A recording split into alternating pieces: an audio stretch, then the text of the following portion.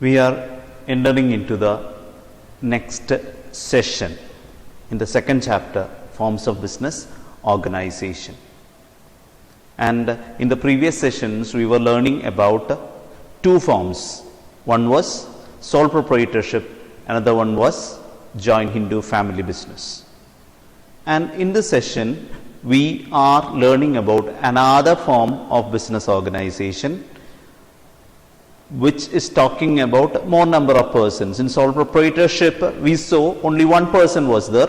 In joint Hindu family business, we saw a family was running business. Now, when compared with sole proprietorship, every time we cannot say that a single person can do everything, or he may find it difficult or she may find it difficult.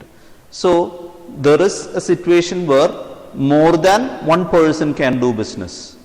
And we are going to learn about one of such a form where more number of persons or more than one person is doing business. So, we are entering into the session partnership. What is partnership? Partnership, as I have said, it is a form of business where more than one person is doing business. More than one person is doing business. That's why we have said it's a relationship between persons, plural. More than one person will be there.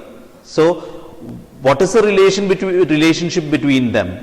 The relation is for carrying out a lawful business, a business which is under law, which is following the laws of the country. So, when two or more persons who are doing a lawful business, can it be called a partnership? No. Something more is there. They will be agreeing to share profit or losses. Whatever is happening inside the business, they will be sharing it. So, they are agreeing when two or more persons are coming together to carry out a lawful business, and they agree to share profit or loss in equal proportion or in an agreed proportion, whichever it can be. And another thing is that the business is carried on by all or any one of them doing for all. Business carried on by all or any one of them acting for all. So, partnership is that form of business where one or more persons come together to carry out a lawful business and agree to share profit or losses in a set proportion or in an agreed proportion or equal, and that business is carried on by all, that means all the persons together, or one of them acting representing all. Such kind of business is called as a partnership form of business. Such kind of business is called as a partnership form of business. So, basically two things are there. Two or more persons will be there. There will be an agreement between them to share profit and losses, and either one of them will do business or one of them will be representing all the other persons, or all the persons together will do the business. So, such kind of form of business is called as partnership. Partnership. Now, we are going into the features of partnership. Features of partnership. So, to be called a business activity as a partnership, what all things we have to look into? First one is formation. Formation. Formation. Partnership form of business is formed under Indian Partnership Act of 1932. Indian Partnership Act, according to Indian Partnership Act, partnership form of business is formed, and as I have said, it must be lawful business. It must be lawful. It must be following the laws, and business must be lawful. That means two or three persons come together and they cannot think of smuggling. They cannot think of selling goods which are banned in the country. They can do only business which is allowed by law, which is permitted by law. It must be lawful and it must be done with a motive of profit. It must be done with a motive of profit. And one more thing they are saying is that it must be done with profit motive, and if two or more persons come together and doing some charitable work, that cannot be considered as a partnership form of business, because that is for satisfaction, that is not for earning profit. Business is always meant for earning profit. So the first feature says that partnership is formed under Indian Partnership Act of 1932, and it is formed for doing lawful business and for earning profit. So for regarding formation, that is to be kept in mind. Now coming on to liability, the liability of partners in partner, the person, I forgot to say, the persons or the members who are running the business, the persons who are owning the business, they are called as partners, and the business organization run by these partners are called firm. It's called firm. The members are called partners and organization is called firm. Now regarding the liability, liability is unlimited for partners, but even when we are saying unlimited, it is having a limit where the agreed proportion, it is based on the contribution they have made for business, the capital they have brought in business, or in the agreement it will be mentioned how much will be the liability. To that level there is it is unlimited. To that agreed proportion it is unlimited, they have to compulsory pay.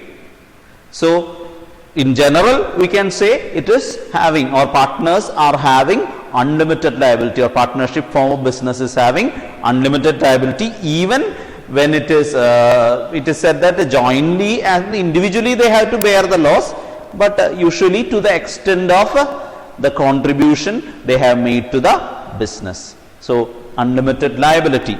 Third one is risk bearing. Regarding risk bearing, what it is being said is that as partnership is a form of business done by two or more persons jointly, they bear the risk as a team. And as profit, they agree to share the profit if it is made. So loss must also be shared in the same proportion. So they bear the risk together as a team. Whatever is happening, they stand together and face the risk. So risk bearing is jointly met or jointly handled. Now coming on to decision making and control. Usually in partnership firm, it is a kind of sharing of responsibility will be there. Each partner will be having certain areas of decision making, but it doesn't mean that it will be the sole authority of that partner. All the decisions are made with mutual consent. All the decision making is a joint effort. It's a joint effort. Controlling is a joint effort. Decision making is a joint effort, because they are doing it together. But still, there can be sharing of authority with authority in different areas to different partners. But all the decisions are taken with a mutual consent. That is to be kept in mind. So that is also another feature of a partnership. Now going on to continuity. What happens to a firm if something happens to a partner? Either death, insolvency or insanity. What happens? A partner, if something is happening to partner, what happened to partnership? Very simple, that partnership will come to an end, because the agreement is between those persons, and if one person is out of that agreement, that means that agreement comes to an end. So if anything happens to a a partner, that partnership agreement comes to an end. If remaining partners, say there are 4 partners and one of the partner died, or one of the partner became insane, has gone mad, or one of the partner has become insolvent. In such a case, what happens is that that agreement between the 4 partners will come to an end. And if the remaining 3 partners, if they want to continue, they have to go with a new agreement. So the continuity of partnership firm comes to an end whenever something happens to a partner. So that is also another thing you have to keep in mind as feature of partners. Then this is a very important thing. It's a mutual agency. It's a mutual agency. Why we are calling this mutual agency? Because when I explain the meaning of partnership, I said it is an agreement whereby one person, where either everyone do the business together, or one of them acting for all. That means there are 4 partners, say 4 partners, and I am one among the partner. Either we can do business all the 4 together, doing the business together, actively participating in the business. But if all the other three are very busy, and if they have not much time to look into business, what they do is that they assign the duty of looking after the business to me. So there I am becoming an agent for them. There is a principal-agent relationship. Principal-agent relationship. Mutual agency is there. That means I am doing on behalf of them. I am doing on behalf of them. I am representing them. So that is a very major feature, or a very different feature of partnership. That is mutual agency. There is a principal-agent relationship. One of them can act on behalf of others, or one of them is assigned to act for others. Mutual agency. Now one more thing you have to keep in mind is regarding the number of persons in partnership. Number of persons in partnership, according to Companies Act 2013, section 464, is maximum number is 100. Maximum number is 100. That you have to keep in mind, number of partners. So that also can be said as a feature of a partnership. So these are the features of partnership. Now every business form has positives and negatives. Coming on to advantages and disadvantages of partnership. First one is regarding ease of formation and closure. When 2 or more persons mutually agree to share profit and losses in proportion, they can start a partnership form of business. And partnership form of business is not compulsory to be registered. It is always better to be registered, but it's not a compulsory thing. So when 2 or 3 persons, when they mutually agree to share profit and loss and do the business, they can start the business. And when one person feels that he is not okay with the business, there they can disperse, or they can stop the agreement. So formation and closure of partnership is comparatively easier. It's comparatively easier. It doesn't have much complications. When 2 or 3 persons come together according to Indian Partnership Act, if they are agreeing to share profit and losses in set proportion and do something of lawful business and share profit, that can be started. And when one person is moving out, that will come to an end. So starting and ending of a partnership form of business is not that complex. Second one is balanced decision making, because it is not a single person who is looking into the decision. There are more number of persons. So every person may be competent in different areas. So the decision made by them will be a balanced one. An area which one person have forgotten or have not seriously looked into, another person can look into that. There is a balanced decision making. Decision making will be made in a better manner because two or more heads are working at a time. So decision making can be much more balanced. More funds, again more number of persons are bringing in.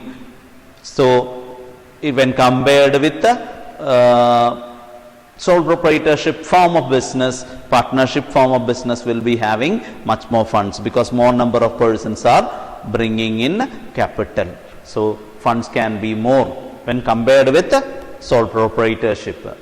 Sharing of risk, as I have said, risk is being shared equally or in agreed proportion. So there is no much of anxiety there, confusion there.